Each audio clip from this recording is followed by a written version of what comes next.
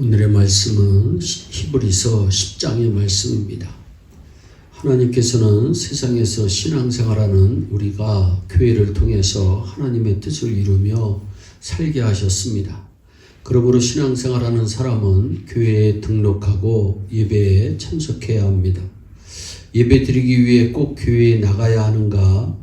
공적인 예배에 참석해야만 하는가? 꼭 교회에서 예배 드려야 하는가? 교회를 정하여 등록하고 꼭 적을 두어야 하는가 등의 질문을 가지고 있는 사람도 있을 것입니다. 물론 개인적으로도 경건하게 살면서 하나님께 예배드릴 수 있습니다. 깊은 산속에서 또는 외딴 섬에서 성경을 혼자 읽고 혼자 말씀을 묵상하며 때묻지 않게 살려는 수도 생활도 인정합니다. 그러나 성경에 보면 특정한 장소에 모여 예배드리는 공중 예배는 공적인 예배를 말씀하죠. 개인적인 예배의 삶과 구별되게 취급하고 있음을 알 수가 있습니다. 성경의 사람들이 모여 예배드렸다는 내용을 찾아 나열하자면 참 많이 있습니다. 하나님은 왜 하나님의 백성들이 모여 예배드리도록 하셨을까요? 답은 간단합니다. 그것은 하나님의 원하심이었습니다. 하나님께서는 모여서 예배드리는 공적인 예배를 위해 하나님의 임재를 위해 때와 장소에 따라 성막과 성전을 짓게 하셨고 제사장을 두셨습니다. 그것은 하나님께서 정하신 하나님의 방법입니다. 시대가 지나고 사람들이 달라지면서 예배를 위한 모임의 방법과 예배의식이 조금씩 달라졌습니다. 그러나 모여 예배 드리려는 것을 없애려고 하는 시도에 대해서 그리하지 말 것을 오늘 히브리서 10장 24절 25절은 명령하고 있습니다. 예수님도 그 당시 하나님께 예배하기 위해 구별하여 모였던 공식적인 자리에 친히 참석하였음을 누가복음 4장 16절은 말씀하고 있습니다. 초대교회 성도들도 성전에 모이기를 힘썼다고 사도행전 2장 46절 47절에 설명하고 있습니다. 우리는 성경에 나타난 대부분의 교회라고 하는 표현은 지역교회를 의미한다고 하는 사실을 꼭 기억해야 합니다. 하나님은 사람들이 모여 예배드리기를 원하셨습니다. 초대교회 성도들은 자신들이 쉬는 날, 편한 날 예배드린 것이 아니라 하나님께서 원하시는 날에 예배를 드렸습니다. 달력에 보면 주일은 주말이 아닙니다. 많은 사람들이 주일을 주말로 착각하면서 살고 있습니다. 주일은 한 주일을 시작하는 날입니다. 그 시작하는 날을 하나님께 드려야 한 주간이 온전하게 하나님 앞에 드려지는 주간이 되는 것입니다. 하나님께 예배드리는 날이 우선이며 예배의 날에 맞추어 달력이 만들어졌습니다.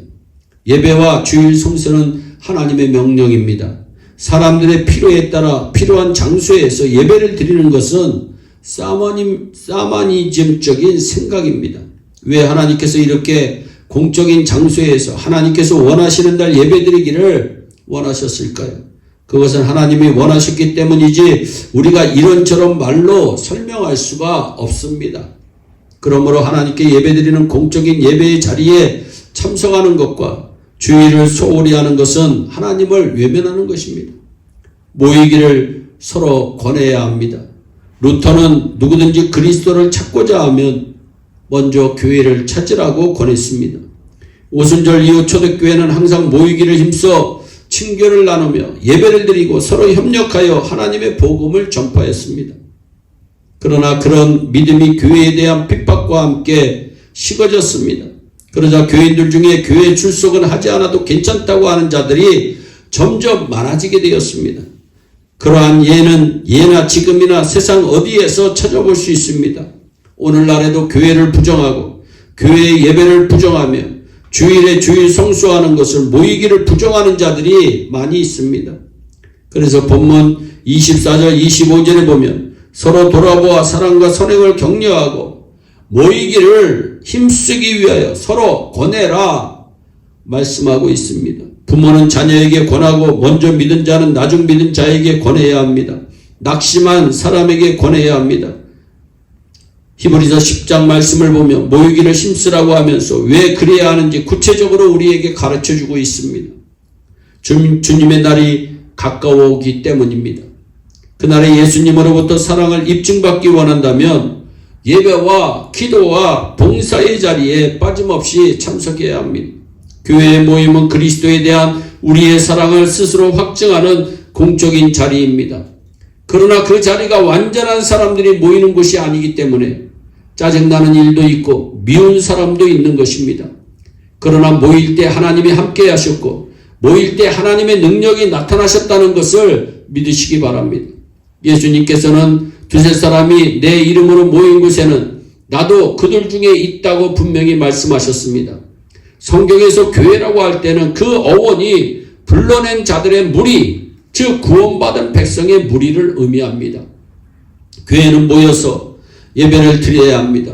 교회는 모여서 말씀을 배워야 합니다.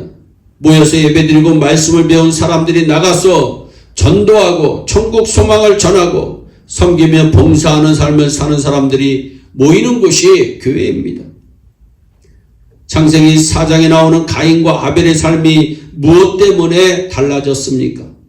예배 때문이었습니다. 가인과 아벨의 운명과 그 후손의 운명은 예배로 결정지어졌습니다. 하나님의 마음에 드는 예배를 드린 아벨과 그 후손, 하나님이 받지 않으신 예배를 드린 가인과 그 후손들의 갈라진 운명의 원인은 한마디로 예배였습니다. 예배가 그들을 다른 인생으로 갈라놓았습니다. 그렇다면 지금 우리도 예배에 목숨을 걸어야 합니다. 신앙생활을 하는 사람들에게 예배보다 더 중요한 것은 없다고 하는 사실을 꼭 깨닫고 언제나 예배 중심의 귀한 삶이 저와 여러분들의 삶 가운데 나타나시기를 주 예수 그리스도의 이름으로 축원합니다. 기도하겠습니다. 사랑의 하나님 참 감사합니다. 히브리서 10장의 말씀을 통해서 모이기를 힘쓰라고 말씀하신 모여서 예배하고 모여서 말씀 배우고 모여서 섬기고 봉사하고 모여서 배운 복음의 말씀을 세상에 나가 전하라고 하시는 그 주님의 음성에 순종하는 우리의 온 성도들이 될 수 있도록 주여 복을 내려 주시옵소서. 우리의 교회는 예배가 살아 움직이는 예배에 하나님의 임재하심을 체험하는 축복의 예배가 될 수 있도록 주여 예배에 주의 은총을 더하여 주시옵소서. 감사하고 예수님의 이름으로 기도하옵나이다. 아멘. 오늘도 주 안에서 승리하는 복된 하루 되시기를 바랍니다. 감사합니다.